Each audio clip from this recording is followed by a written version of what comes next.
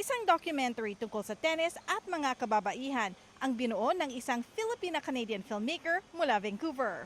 With this new wave of players, especially Filipino players, Alex Ciala, Leila Fernandez, it's so great to see the Filipino community coming out to support. Pansin daw ng Filipina documentary filmmaker Kat Jaime ang pagsikat ng tennis sa diaspora. Kamakailan, binuo ng direktor ang isang dokumentaryo tungkol sa buhay ni Japanese tennis star Naomi Osaka, isang popular na tennis player na umabot ngayong linggo sa quarterfinals ng National Bank Open sa Toronto.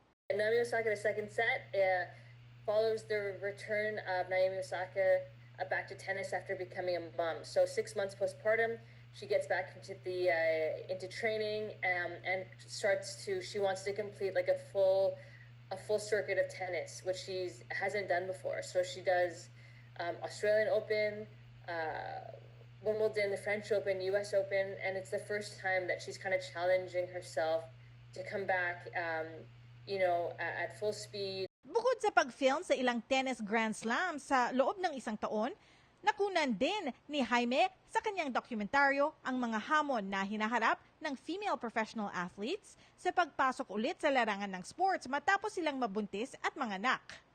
What is this term of women have to go back to who they once were? They're completely different human beings. Their body has changed. Obviously, they've just created life within their bodies. It's just an evolution of who they are, and so that's a topic that gets brought up in the film. That's a narrative that we wanted to change. Excited daw ang Filipino filmmaker mula Vancouver na ipapalabas ang kanyang documentary Director's Cut sa downtown Vancouver matapos ang screening nito sa Tubi Channel. It was such a passion project. To bring this passion project of mine to my hometown, to have friends, family, and other Vancouverites coming out to watch, tennis fans. Maaring mapanood ang Naomi Osaka the second set sa VIF Center sa August 15. Teresa Barrera, Omni News, Vancouver.